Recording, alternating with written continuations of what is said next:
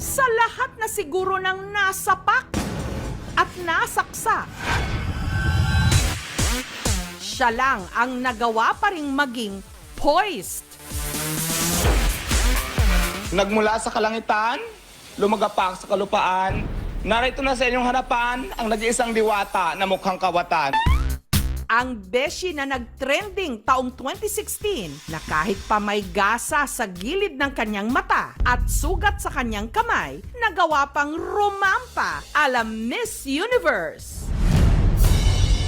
Siya si Diwata, nasangkot sa gulo matapos sawayin ang dalawa niyang kakilala na nahuli di mano niyang gumagamit ng droga.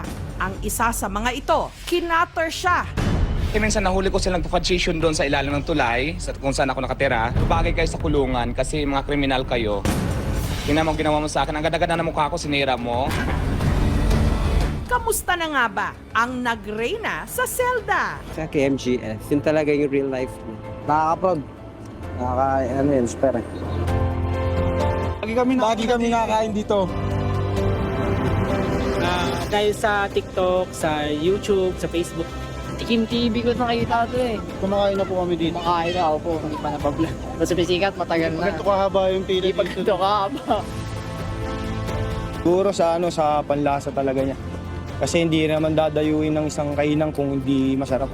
Number 1, masarap sir, solid. Tsaka sa laman, hindi tinipid. Pero yung 100 pesos mo, naka-ali rice, overload pares, at meron pang free na soft drink. Yun yung tinatawag na sir, karma sa kanya. Kasi di ba noon, panay lugmok.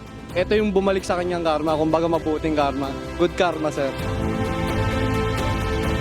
Nakikita ko minsan, nagugulat na lang ako may kumakain na artista katulad ni Kiray. May mga kasama pa siya. Hindi ko lang alam kung boyfriend niya yon. Yes. Kasama ko kuya ko and boy. Actually, yung boyfriend ko, siya talaga yung mahilig manood ng videos. Ako kasi parang wala na akong time.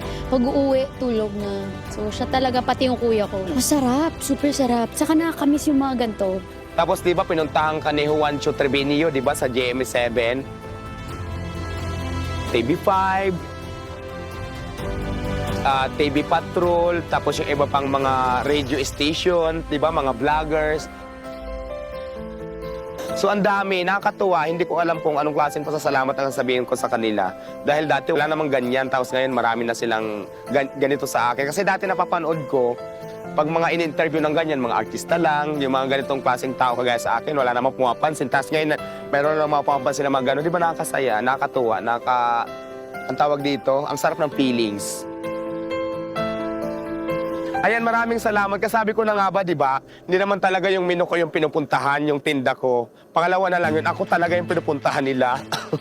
Maraming ang nagmamahal sa akin. Hindi ko lang alam kung na-plastic lang nila ako. Pero nararamdaman ko naman na parang supporters ko talaga sila. Kasi imagine mo ha, yung iba, Nueva Ecija pa. Kami, taga Paranaque po. Las Piñas, Cavite. Magkakaiba kami lugar. Yung iba, galing pa sa Tanay Rizal. Yung iba, galing pang Batangas. Sokan. Imus Cavite po. Galing kami Paranaque, actually.